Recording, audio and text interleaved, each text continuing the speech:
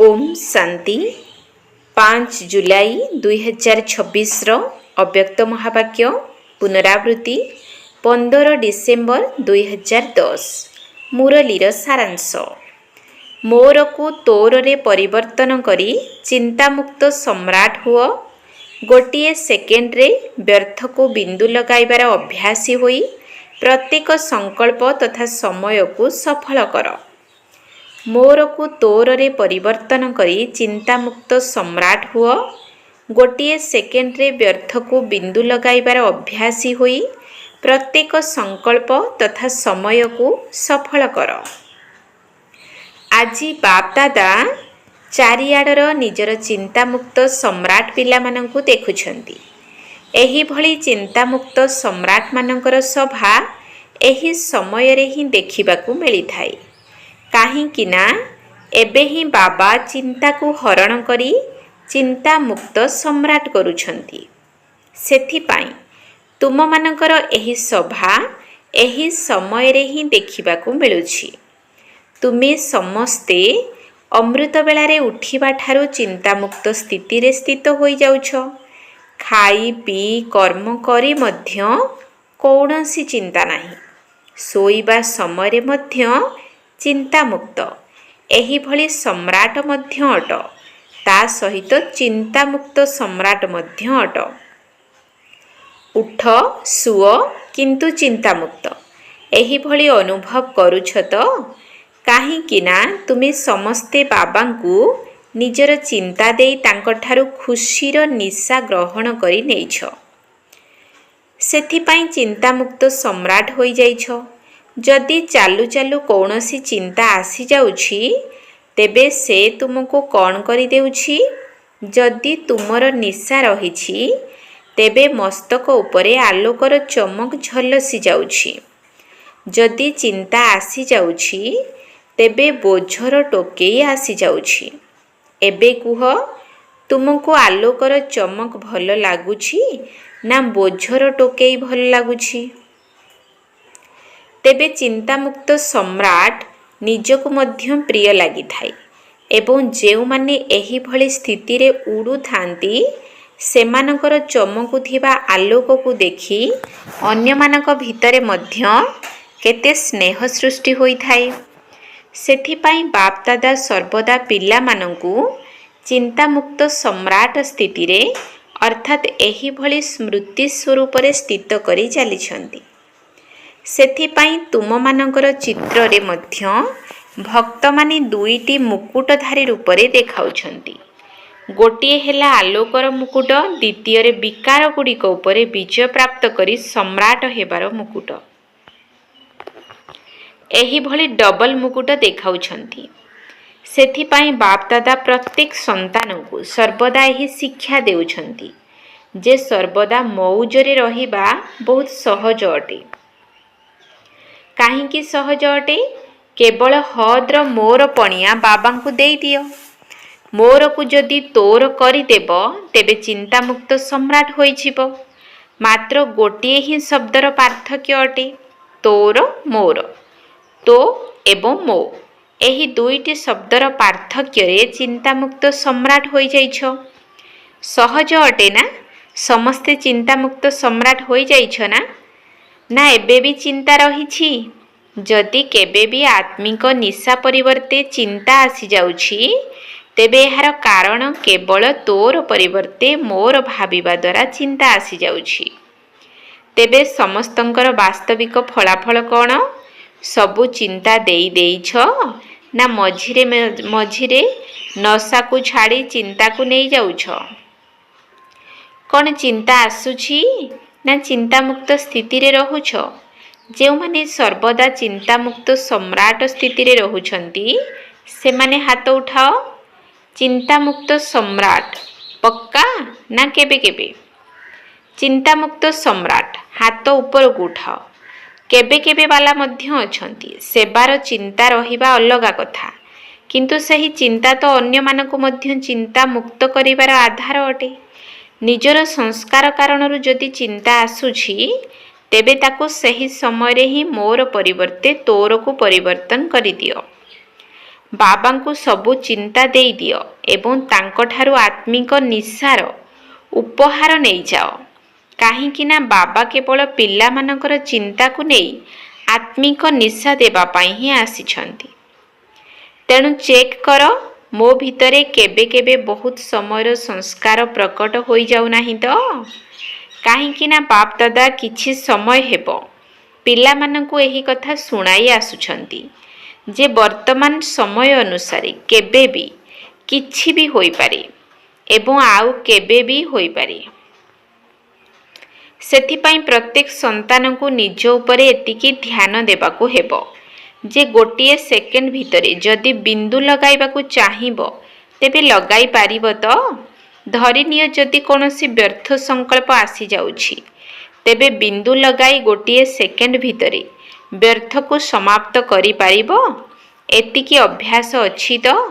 ନା ସେତିକି ବେଳେ ସମୟର ପରିସ୍ଥିତି ଅନୁସାରେ ପୁରୁଷାର୍ଥ କରି ବ୍ୟର୍ଥକୁ ସମାପ୍ତ କରିବାର ଆବଶ୍ୟକତା ପଡ଼ିବ? ଲଗାଇବାକୁ ଚାହୁଁଥିବ ବିନ୍ଦୁ କିନ୍ତୁ ଲାଗିଯାଉଥିବ ପ୍ରଶ୍ନବାଚକ ଚିହ୍ନ। କାହିଁକି, କ'ଣ, କିପରି? ସେତିକି ବେଳେ ଯଦି ଏହାକୁ ଭାବିବାକୁ ଲାଗିବ ତେବେ ଭବିଷ୍ୟତ ପାଇଁ ଯେଉଁ ଲକ୍ଷ୍ୟ ରଖୁଛ ବାବାଙ୍କ ସାଥିରେ ଘରକୁ ଯିବାର, ବାବା ତ ଗୋଟିଏ ସେକେଣ୍ଡରେ ଚାଲିଯିବେ। କାହିଁକି ନା ବିନ୍ଦୁ ଅଟନ୍ତି ଏବଂ ସେକେଣ୍ଡ ମଧ୍ୟ ବିନ୍ଦୁ ଅଟେ ଏବଂ ଫୁଲଷ୍ଟପ୍ ମଧ୍ୟ ବିନ୍ଦୁ ଅଟେ। ତେଣୁ ତୁମମାନଙ୍କର ସେତିକି ଅଭ୍ୟାସ ଅଛି ତ? ଏଥିପାଇଁ ଏବେଠାରୁ ଯଦି ଏହି ଅଭ୍ୟାସର ଅଭ୍ୟାସୀ ହୋଇଯିବ ତେବେ ବାବାଙ୍କ ସମାନ ଶ୍ରୀମତର ହାତରେ ହାତ ଦେଇ ନିଜର ଘରେ ପହଞ୍ଚିଯିବ। ସେଥିପାଇଁ ବାପ୍ ଦାଦା ପୂର୍ବରୁ ମଧ୍ୟ ଶୁଣାଇ ସାରିଛନ୍ତି ଯେ ଦୁଇଟି କଥା ଉପରେ ବିଶେଷ ଧ୍ୟାନ ଦିଅ। ସେହି ଦୁଇଟି କଥା କ'ଣ? ଗୋଟିଏ ହେଲା ସଂକଳ୍ପ ରୂପକ ସମ୍ପତ୍ତି ଏବଂ ଦ୍ୱିତୀୟଟି ସମୟ ରୂପକ ସମ୍ପତ୍ତି। ଏମିତି ତ ଅନେକ ଗୁଡ଼ିଏ ସମ୍ପତ୍ତି ମିଳିଛି।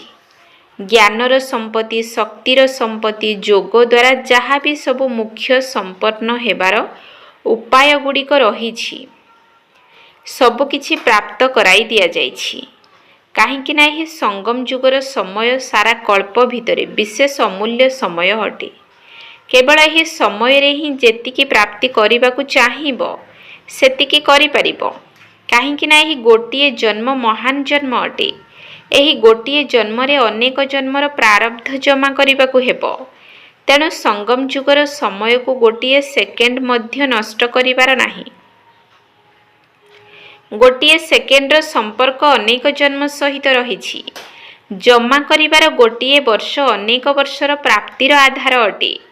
ସେଥିପାଇଁ ଏହି ସମୟର ମୂଲ୍ୟ ସେକେଣ୍ଡ ବା ମିନିଟ୍ ନୁହେଁ, 1 ଘଣ୍ଟା ମଧ୍ୟ ମହାନ ଅଟେ ଏବଂ 1 ସେକେଣ୍ଡ ମଧ୍ୟ ମହାନ ଅଟେ।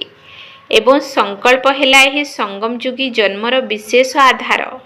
ଦେଖ, ତୁମେମାନେ ଯେଉଁ ଯୋଗ ଲଗାଉଛ ତାକୁ ମନ୍ମନା ଭବ କହୁଛ ନା? ଏବଂ ଏହା ହିଁ ମୂଳଦୁଆର ଆଧାର ଅଟେ। ମନର କାମ ହିଁ ହେଉଛି ସଂକଳ୍ପ କରିବା। ସଂକଳ୍ପ ଦ୍ୱାରା ହିଁ ଯୋଗର ଯାତ୍ରାର ଅନୁଭୂତି କରୁଛ। ପରସ୍ପର ଭିତରେ ମଧ୍ୟ ଖାସ୍ କରି ଭିନ୍ନ ଭିନ୍ନ ସଂକଳ୍ପ ଦେଇ ଅଭ୍ୟାସ କରାଉଛ ନା? ତେଣୁ ସମସ୍ତେ ଚେକ୍ କର। ସାରା ଦିନ ଭିତରେ ଚାଲିବା, ବୁଲିବା, କର୍ମ କରିବା ଏବଂ ସମ୍ବନ୍ଧରେ ଆସିବାରେ ସମୟର ବେଗ ଅମୂଲ୍ୟ ରୂପରେ ରହିଥିଲା ତ?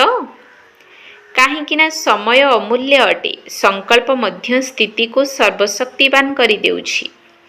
ତେବେ ବାପ୍ ଦାଦା ବାରମ୍ବାର କହି ଚାଲିଛନ୍ତି, ହେ ବାପ୍ ଦାଦାଙ୍କର ଗେହ୍ଲା ସନ୍ତାନମାନେ, ହୃଦୟରେ ସ୍ଥାନ ପାଇଥିବା ପିଲାମାନେ, ଏବେ ବ୍ୟର୍ଥର ଖାତାକୁ ସମାପ୍ତ କର, ସଫଳ କର। ସଫଳ କରିବା ହିଁ ସଫଳତା ଅଟେ। ମାତ୍ର ଗୋଟିଏ ସେକେଣ୍ଡ ହିଁ ନଷ୍ଟ ହୋଇଛି ଏଭଳି ଭାବ ନାହିଁ। ପ୍ରତ୍ୟେକ ସେକେଣ୍ଡ, ପ୍ରତ୍ୟେକ ସଂକଳ୍ପ ସଫଳ ହେଲା ତ? ନିଜ ଉପରେ ଏତିକି ଧ୍ୟାନ ଦେବାକୁ ହିଁ ପଡ଼ିବ। ଏତିକି ଫୁଲଷ୍ଟପ୍ ଲଗାଇବାର ଚେକିଂ କର। ବେପରୁଆ ହୁଅ ନାହିଁ।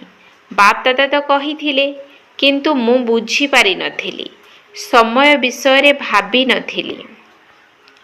ସମୟ ଏତେ ତୀବ୍ର ବେଗରେ ଚାଲିଯାଉଛି ଏବଂ ଯିବ ମଧ୍ୟ।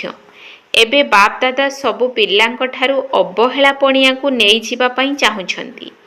ଏକଥା ଶୁଣିବାକୁ ଚାହୁଁନାହାନ୍ତି ଯେ ମୁଁ ତ ବୁଝିପାରିନଥିଲି, ଭାବିନଥିଲି। ଏବେ ବର୍ଷ ମଧ୍ୟ ନୂଆ ଆସିବାକୁ ଯାଉଛି। ତେବେ ନୂଆ ବର୍ଷ ଆରମ୍ଭ ହେବା ପୂର୍ବରୁ ବ୍ରାହ୍ମଣ ସଂସାରର ଅବହେଳାପଣିଆ ସାଥିରେ ଆଳସ୍ୟ ମଧ୍ୟ ଭିନ୍ନ ଭିନ୍ନ ପ୍ରକାରର ଅଛି। ଏହି ବର୍ଷକୁ ଶେଷ ହେବା ପାଇଁ ଯେତିକି ସମୟ ଆଉ ବାକି ରହିଛି ସେଥିରେ ଏହି ଅଭ୍ୟାସ କରିବା ଆରମ୍ଭ କରିଦିଅ ଏବଂ ଯେତେବେଳେ ନୂତନ ବର୍ଷ ଆରମ୍ଭ ହୋଇଯିବ ସେତେବେଳେ ସାହସ କରି ସଂକଳ୍ପ କରିବ ଏବଂ ଏହାକୁ ବିଦାୟ ଦେଇଦେବ। ବର୍ଷ ସହିତ ଏହାକୁ ମଧ୍ୟ ବିଦାୟ ଦେଇଦେବ। କ'ଣ ଦେଇପାରିବ ତ? ଦେଇପାରିବ ତ? ଯେଉଁମାନେ ଦେଇପାରିବେ ସେମାନେ ହାତ ଉଠାଅ। ସମସ୍ତେ ହାତ ଉଠାଇଲେ। ବାଃ ବଚ୍ଚେ ବାଃ। ହାତ ଉଠାଇବାରେ ତ ବାପ ଦାଦାଙ୍କୁ ବହୁତ ଖୁସି କରିଦେଉଛ। ବାବା ଦେଖୁଛନ୍ତି ଯେ ବହୁତ ପିଲାଙ୍କର ହାତ ଉଠାଇବାର ପ୍ରତିଦାନ ଦେବା କଥା ସ୍ମୃତିରେ ରହୁଛି। ଆଉ କେହି କେହି ମନେ ରଖିବାରେ ମଧ୍ୟ ବେପରୁଆ ହୋଇଯାଉଛନ୍ତି। ବାପ ଦାଦାଙ୍କ ସହିତ ବାର୍ତ୍ତାଳାପ ମଧ୍ୟ ବହୁତ ଭଲ କରୁଛନ୍ତି। ନିଶ୍ଚିତ ହୋଇଯିବ। ବାବା ଆପଣ ଦେଖିବେ ଏବେ ହୋଇଯିବ, ଏବେ ହିଁ ହୋଇଯିବ। ବାପ ଦାଦା ମଧ୍ୟ ଏହିଭଳି ବେପରୁଆ ପିଲାମାନଙ୍କର କଥା ଶୁଣି ମୁରୁକି ହସୁଛନ୍ତି। ଆଉ କ'ଣ କରିବେ? ଭଲ କଥା। ଯଦି ଭାବୁଛନ୍ତି କରିବାକୁ ହେବ ତେବେ କରନ୍ତୁ। ଏହିଭଳି ବହୁତ ଭାବୁଛନ୍ତି କିନ୍ତୁ କରୁଛନ୍ତି କି କରୁନାହାନ୍ତି ତାର ଚେକିଂ କରିବା ପରେ ପୁଣି କ'ଣ କୁହାଯିବ? ସେଥିରେ ବେପରୁଆ ହୋଇଯାଇଛନ୍ତି। ତେବେ ଆଜି ଚାରିଆଡ଼ର ପିଲାମାନଙ୍କୁ ବାପ ଦାଦା ଶୁଣୁଛନ୍ତି। ଯେଉଁମାନେ ନିଜ ନିଜ ଦେଶରେ ନିଜ ନିଜ ସ୍ଥାନରେ ବସି ଦେଖୁଛନ୍ତି ସେଠାରେ ମଧ୍ୟ ବହୁତ ଭଲ ଦେଖାଯାଉଛି, ଭଲ ଶୁଣାଯାଉଛି ମଧ୍ୟ। ତେଣୁ ବାପ ଦାଦା ସମ୍ମୁଖକୁ ଆସିଥିବା ପିଲାମାନଙ୍କୁ ଏବଂ ନିଜ ନିଜ ସ୍ଥାନରେ ବସି ଶୁଣୁଥିବା ଦେଖୁଥିବା ପିଲାମାନଙ୍କୁ ଏହି କଥା କହୁଛନ୍ତି ଯେ ଏବେ ନିଜର ପୁରୁଷାର୍ଥ ଉପରେ, ସଂକଳ୍ପ ଉପରେ ଏବଂ ସଙ୍ଗମଯୁଗୀ ସମୟ ଉପରେ ବିଶେଷ ଧ୍ୟାନ ଦିଅ। ସବୁ ପିଲାମାନେ ସ୍ନେହର ବିଷୟରେ ତ ଅଧିକାଂଶ ପାସ୍ ଅଟନ୍ତି। ସ୍ନେହ ଆଧାରରେ ମଧ୍ୟ ନିଜର ଭଲ ଉନ୍ନତି କରୁଛନ୍ତି। ସ୍ନେହ ଥିବା କାରଣରୁ ଏବଂ ବାବାଙ୍କ ଠାରୁ ସ୍ନେହର ପ୍ରତ୍ୟୁତ୍ତର ମିଳୁଥିବା କାରଣରୁ ଆଗକୁ ବଢ଼ୁଛନ୍ତି। କିନ୍ତୁ ବାବା ଭାବୁଛନ୍ତି ଯେପରି ସ୍ନେହ ରଖିବା କ୍ଷେତ୍ରରେ ଅନୁଭବୀ ହୋଇ ଆଗକୁ ବଢ଼ି ଚାଲିଛ, ସେହିପରି ଯୋଗର ବିଷୟରେ ମଧ୍ୟ ଅନେକ ଜନ୍ମର ବିକର୍ମ ବିନାଶ କରିବା ଉପରେ ମଧ୍ୟ ଆହୁରି ଅଧିକ ଧ୍ୟାନ ଦିଅ। କାହିଁକି ଜାଣିଛ? ଯଦି ବିକର୍ମ ବିନାଶ ହୋଇଯିବ ତେବେ ବାବାଙ୍କ ସାଥିରେ ମଧ୍ୟ ଯାଇପାରିବ, ନଚେତ୍ ପଛେ ପଛେ ଆସିବ। ଏବଂ ବାବା ଭାବୁଛନ୍ତି ଯେ ସ୍ନେହର ପ୍ରତିଦାନ ହେଲା ସ୍ନେହୀ ଆତ୍ମା ଯାହା କହିବ ତାହା ହିଁ କରିବାକୁ ହେବ। ବାବା ଚାହୁଁଛନ୍ତି ଯେହେତୁ ପିଲାମାନଙ୍କର ସ୍ନେହ ବାବାଙ୍କ ସହିତ ରହିଛି ତେବେ ସର୍ବଦା ସାଥିରେ ରୁହନ୍ତୁ। ରାଜଧାନୀରେ ମଧ୍ୟ ବ୍ରହ୍ମା ବାବାଙ୍କ ସାଥିରେ ରାଜଧାନୀକୁ ଆସନ୍ତୁ। ରାଜଧାନୀରେ ଆସିବା ଅର୍ଥ ରାଜ ପରିବାର ଭିତରେ ଆସନ୍ତୁ। ସିଂହାସନ ଉପରେ ଯଦିଓ ନ ବସନ୍ତୁ କିନ୍ତୁ ରାଜ ପରିବାରରେ ସାଥୀ ତ ହୁଅନ୍ତୁ। ବାପ ଦାଦା ପୂର୍ବରୁ ମଧ୍ୟ କହିଛନ୍ତି ଏହାକୁ ଜାଣିବ କିପରି? ଯେବେଠାରୁ ତୁମେ ଆସିଛ ଜ୍ଞାନରେ ତୁମକୁ ଯେତେ ବର୍ଷ ହେଲାଣି ସେତିକି ସମୟ ଯଦି ତୁମେ ବାପ ଦାଦାଙ୍କର ହୃଦୟ ସିଂହାସନର ଅଧିକାରୀ ହୋଇ ରହିଛ ଏବଂ ଯେଉଁମାନେ ଅଧିକ ସମୟ ପର୍ଯ୍ୟନ୍ତ ହୃଦୟ ସିଂହାସନ ଉପରେ ରହିଛନ୍ତି ମାଟି ଉପରେ ପାଦ ରଖିନାହାନ୍ତି ସେମାନେ ସେହି ଅନୁସାରେ ରାଜ ପରିବାରର ପାଖାପାଖି ସମ୍ବନ୍ଧରେ ରହିବେ, ରାଜକୀୟ ପରିବାର ବାଲା ହେବେ। ତେଣୁ ଯଦି ସ୍ନେହ ରହିଛି ତେବେ ସ୍ନେହ ଥିବା ଆତ୍ମା ସାଥୀ ହୋଇ ରହିବାରେ ପଛରେ ରହିବ ନାହିଁ। ଏବେ ଯେଉଁମାନେ ହୃଦୟ ସିଂହାସନ ଅଧିକାରୀ ଅଟନ୍ତି ସେମାନେ ଦ୍ୱାପର କଳିଯୁଗରେ ମଧ୍ୟ ସମ୍ବନ୍ଧରେ ରହିବେ, ପାଖାପାଖି ରହିବେ। ସେଥିପାଇଁ ସ୍ନେହର ପ୍ରତିଦାନ ଦେବାବାଲା ହୋଇ ସର୍ବଦା ହୃଦୟ ସିଂହାସନର ଅଧିକାରୀ ହୋଇ ରୁହ ଏବଂ ଜନ୍ମ ଜନ୍ମର ଅଧିକାର ନିଅ। ସେଥିପାଇଁ ବାପ ଦାଦା ସମସ୍ତଙ୍କୁ ସ୍ନେହ କରୁଛନ୍ତି। ବାବା ସାର୍ଟିଫିକେଟ୍ ମଧ୍ୟ ଦେଇଛନ୍ତି ଯେ ସ୍ନେହର ବିଷୟରେ ଅଧିକାଂଶ ପିଲା ପାସ୍ ଅଟନ୍ତି। ଏବେ କିନ୍ତୁ ସବୁ ବିଷୟରେ ପାସ୍ ହେବାକୁ ହିଁ ପଡ଼ିବ। ପାସ୍ ଅର୍ଥାତ୍ ପାଖରେ ରହିବାକୁ ମଧ୍ୟ ପଡ଼ିବ। ଯେଉଁ ପିଲାମାନେ ପ୍ରଥମ ଥର ପାଇଁ ଆସିଛନ୍ତି ସେମାନେ ଉଠ। ପ୍ରଥମ ଥର ଆସିଛ, ଅଧା କ୍ଲାସ୍ ତ ନୂଆ ଅଛନ୍ତି। ଯଦି ଆସିଛ ତେବେ ବାପ୍ ଦାଦା ଆସିଥିବା ପିଲାମାନଙ୍କୁ ସ୍ୱାଗତ କରୁଛନ୍ତି। ଅଭିନନ୍ଦନ। ପ୍ରଥମ ଥର ଆସିବାର ଅଭିନନ୍ଦନ। ଯଦିଓ ବିଳମ୍ବରେ ଆସିଛ, ପୁଣି ବି ଅତି ବିଳମ୍ବ ହେବା ପୂର୍ବରୁ ଆସିଯାଇଛ। ଏବେ ଏଥିପ୍ରତି ବିଶେଷ ଧ୍ୟାନ ଦିଅ ଯେ ଅଳ୍ପ ସମୟ ଭିତରେ ତୀବ୍ର ପୁରୁଷାର୍ଥୀ ହୋଇ ନିଜର ଭବିଷ୍ୟତକୁ ଯେତେ ବଢ଼ାଇବା ପାଇଁ ଚାହିଁବ, ତୀବ୍ର ପୁରୁଷାର୍ଥ ଆଧାରରେ ଆଗକୁ ବଢ଼ିପାରିବ। କାହିଁକି ନା ପୁଣି ବି ଏବେ ପୁରୁଷାର୍ଥ କରିବା ପାଇଁ ସୁଯୋଗ ଅଛି। ଯେତେ ଆଗକୁ ବଢ଼ିବାକୁ ଚାହିଁବ ସେତେ ଆଗକୁ ବଢ଼ିପାରିବ। ବାପ୍ ଦାଦା ଏବଂ ଏହି ଦୈବୀ ପରିବାର ଉଭୟ ତୁମକୁ ଆଗକୁ ବଢ଼ିବାର ସକାଶ ଦେବେ। ସେଥିପାଇଁ ଆଗକୁ ବଢ଼, ସାହସ ରଖ। ତୁମ ସାହସ ଆଧାରରେ ବାପ୍ ଦାଦା ଏବଂ ପରିବାରର ସାହାଯ୍ୟ ନିଶ୍ଚିତ ମିଳିବ। ତେଣୁ ଆଗକୁ ବଢ଼। ଠିକ୍ କଥା ନା? ହଁ କୁହ, ଆଗକୁ ବଢ଼। ଆଚ୍ଛା, ମଧୁବନବାସୀଙ୍କ ସହିତ। ମଧୁବନବାଲା ତ ଭାଗ୍ୟବାନ ଅଟନ୍ତି। ସଂଗଠନକୁ ମଧ୍ୟ ମଜବୁତ କର ଏବଂ ସେମାନଙ୍କୁ ନିଜର ସାଥୀ କର। ଅନ୍ୟ କୌଣସି କଥାରେ ସାଥୀ କରିବାର ନାହିଁ। ଏଥିରେ ପରସ୍ପରକୁ ସାଥୀ କରି ପ୍ରଥମ ନମ୍ବର ମଧୁବନକୁ ନେବା ଉଚିତ। କ'ଣ ନେବ ତ? ଯାହା ବିତି ଯାଉଛି ତାକୁ ଭୁଲିଯାଅ। ଯାହା ବି ହୋଇଛି ସମସ୍ତେ ଦେଖିଛନ୍ତି, ଶୁଣିଛନ୍ତି ଏବଂ ମଧୁବନ ନିବାସୀଙ୍କୁ ତ ବହୁତ ସୁନ୍ଦର ସୁବର୍ଣ୍ଣ ସୁଯୋଗ ମିଳିଛି। ମଧୁବନ ଭିତରେ ସମସ୍ତେ ଆସିଗଲେ। ତେଣୁ ମଧୁବନବାଲା ଯଦି ମିଳିମିଶି ଏମିତି ନୁହେଁ ଯେ ପାଣ୍ଡବ ଭବନ ଅଲଗା ବା ଅନ୍ୟ କୌଣସି ସ୍ଥାନ ଅଲଗା ଅଟେ। ନା, ମଧୁବନ ମାନେ ସମସ୍ତେ ଏକଟ। ତେବେ ମଧୁବନ ନିବାସୀ କ'ଣ ଭାବୁଛନ୍ତି କରିବ? ଯେଉଁମାନେ କରିବ ହାତ ଉଠାଅ। ସମସ୍ତେ ଉଠାଇଲେ। ଯେଉଁମାନେ ଭାବୁଛନ୍ତି କରିବାଟା କ'ଣ ବଡ଼ କଥା? ବାପ୍ ଦାଦା ଅଛନ୍ତି, ଦାଦୀମାନେ ଅଛନ୍ତି। ତେଣୁ କିଛି ବଡ଼ କଥା ତ ନୁହେଁ। ଦାଦୀମାନେ କ'ଣ ଭାବୁଛ? ମଧୁବନ ନିବାସୀ ତ ନମ୍ବର 1 ଅଟନ୍ତି। ଭଲ କଥା। ବାବା ତ ସମସ୍ତଙ୍କୁ କହିଛନ୍ତି ଏହିଭଳି କରି ଦେଖାଅ। କିନ୍ତୁ ମଧୁବନ ତ ମଧୁବନ ହିଁ ଅଟେ। ତୁମେମାନେ ଭାଇବ୍ରେସନ୍ ଦିଅ, ହୋଇ ହିଁ ଯିବ। କିଛି ବଡ଼ କଥା ନୁହେଁ। ବିଘ୍ନ ମଧ୍ୟ ଆସିପାରିବ ନାହିଁ। ଆଚ୍ଛା, ଯଦି କିଛି ଘଟଣା ଘଟିଗଲା, ଲେନଦେନ କରିଦେଲ, ତେବେ ତାହା ସମାପ୍ତ ହୋଇଗଲା। କିଛି ଦିନ ପୂର୍ବରୁ ଯେତେବେଳେ ଦାଦୀ ଥିଲେ, ସମସ୍ତେ ଗୋଟିଏ ଥର ହାଁ-ଜି କରିବାର ପାଠକୁ ପକ୍କା କରିଥିଲେ। ନା ଶବ୍ଦ ନାହିଁ, ହାଁ-ଜି। ବହୁତ ଭଲ କଥା। ତେଣୁ ମଧୁବନ ନିଶ୍ଚିତ ପ୍ରଥମ ନମ୍ବର ଆସିବ। ବାପ୍ ଦାଦାଙ୍କ ଭିତରେ ମଧୁବନ ପାଇଁ ଗର୍ବ କରୁଛନ୍ତି। ଏବେ ତ ମଧୁବନ ସାମ୍ନାକୁ ଆସିଛି। କିନ୍ତୁ ବାପ୍ ଦାଦା ସବୁ ଜୋନ୍କୁ କହୁଛନ୍ତି ହାଁ-ଜି, ମିଠା ଆତ୍ମା। ଏହି ପାଠ ସମସ୍ତଙ୍କର ପକ୍କା ଅଟେ ତ? କ'ଣ ପକ୍କା ଅଟେ ତ?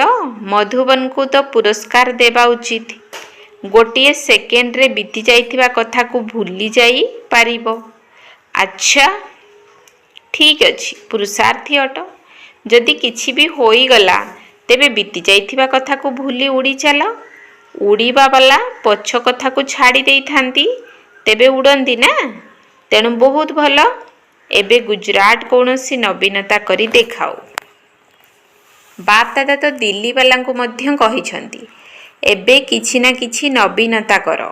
ବାପ୍ ଦାଦାଙ୍କୁ ସମାଚାର ମିଳିଛି ଯେ ଏବେ ଦେଶ ଏବଂ ବିଦେଶର ଯୁବାବର୍ଗବାଲା ମିଶି ଯେଉଁ ସେବା ଆରମ୍ଭ କରିଛନ୍ତି ସେଥିରେ ବହୁତ ଭଲ ଫଳାଫଳ ମିଳିପାରିବ।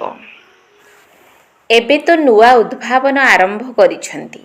କିନ୍ତୁ ଭାରତ ବା ବିଦେଶ ଦୁହେଁଯାକ ମିଶି ଆହୁରି ଅଧିକ ଚମତ୍କାରୀ କରିପାରିବେ।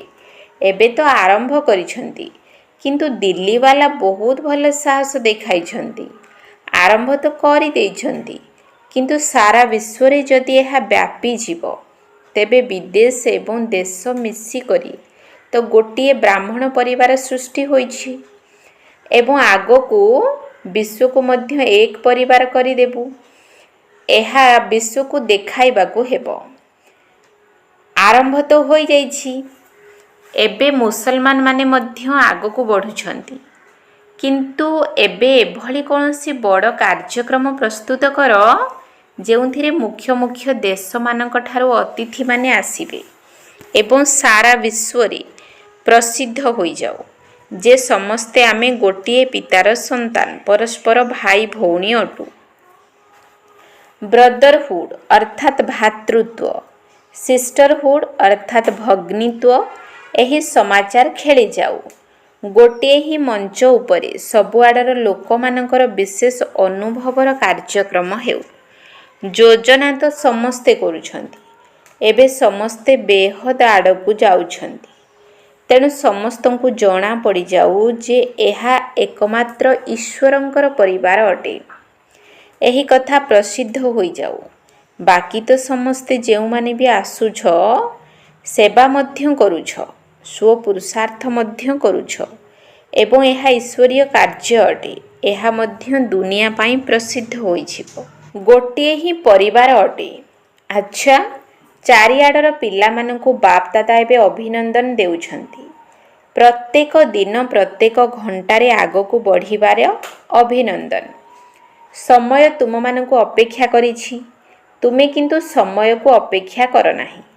ତୁମେମାନେ ସମୟକୁ ଅର୍ଥାତ୍ ସମାପ୍ତିକୁ ଯେତେ ପାଖକୁ ଆଣିବାକୁ ଚାହିଁବ ଆଣିପାରିବ। ସମୟ ଆସିଲେ ପ୍ରସ୍ତୁତ ହୋଇଯିବୁ। ଏହା ତୁମ ବ୍ରାହ୍ମଣମାନଙ୍କର ସଂକଳ୍ପ ହେବା ଉଚିତ ନୁହେଁ। ତୁମେ ସମୟକୁ ପାଖକୁ ଆଣ। ତେଣୁ ବାପ୍ ଦାଦା ଏବେ କ'ଣ ଜବାବ ଦେବେ?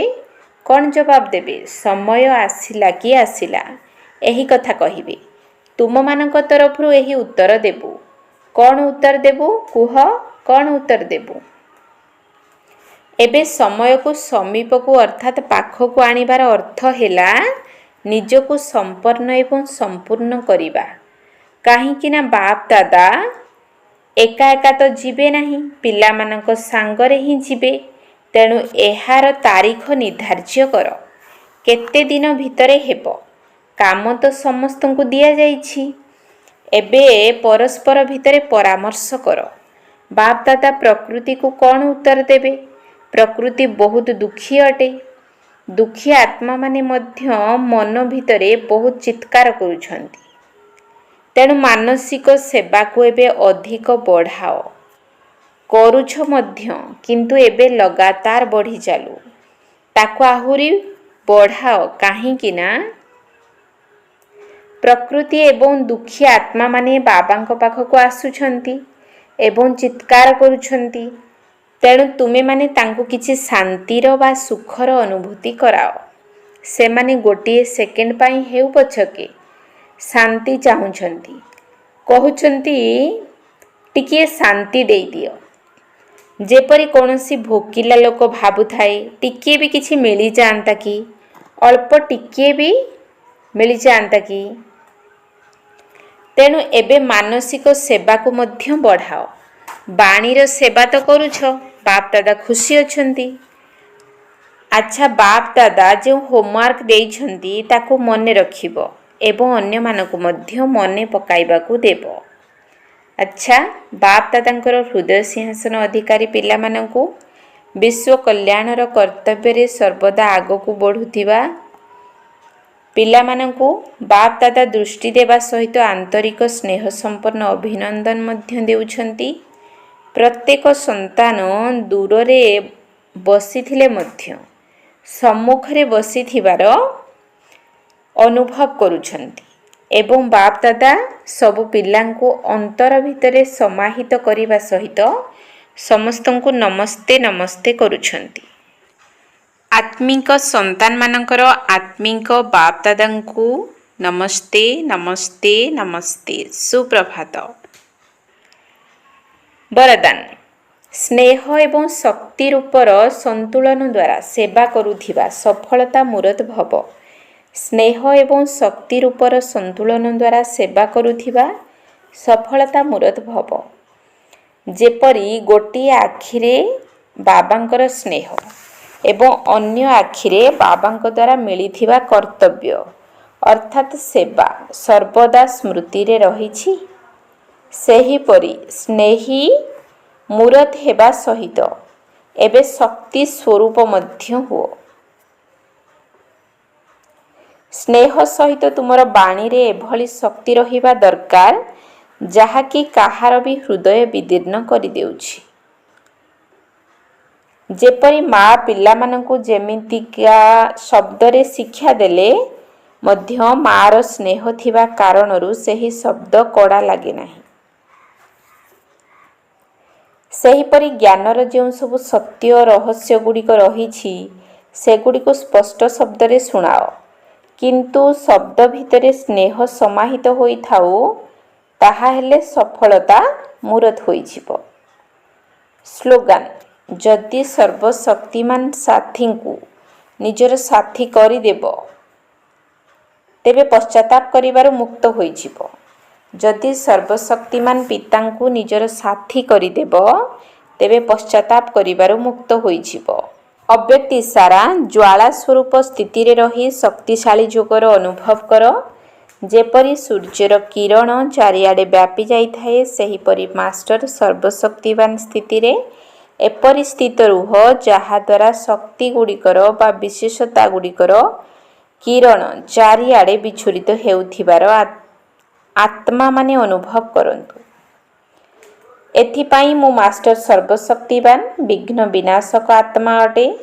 ଏହିଭଳି ଉଚ୍ଚ ସୋମାନର ସ୍ମୃତି ରୂପକ ଆସନ ଉପରେ ସ୍ଥିତ ହୋଇ ଯୋଗକୁ ଜ୍ୱାଳା ସ୍ୱରୂପ କର, ଯାହାଦ୍ୱାରା କୌଣସି ବି ବିଘ୍ନ ସମ୍ମୁଖକୁ ମଧ୍ୟ ଆସିପାରିବ ନାହିଁ। ଓମ୍ ଶାନ୍ତି।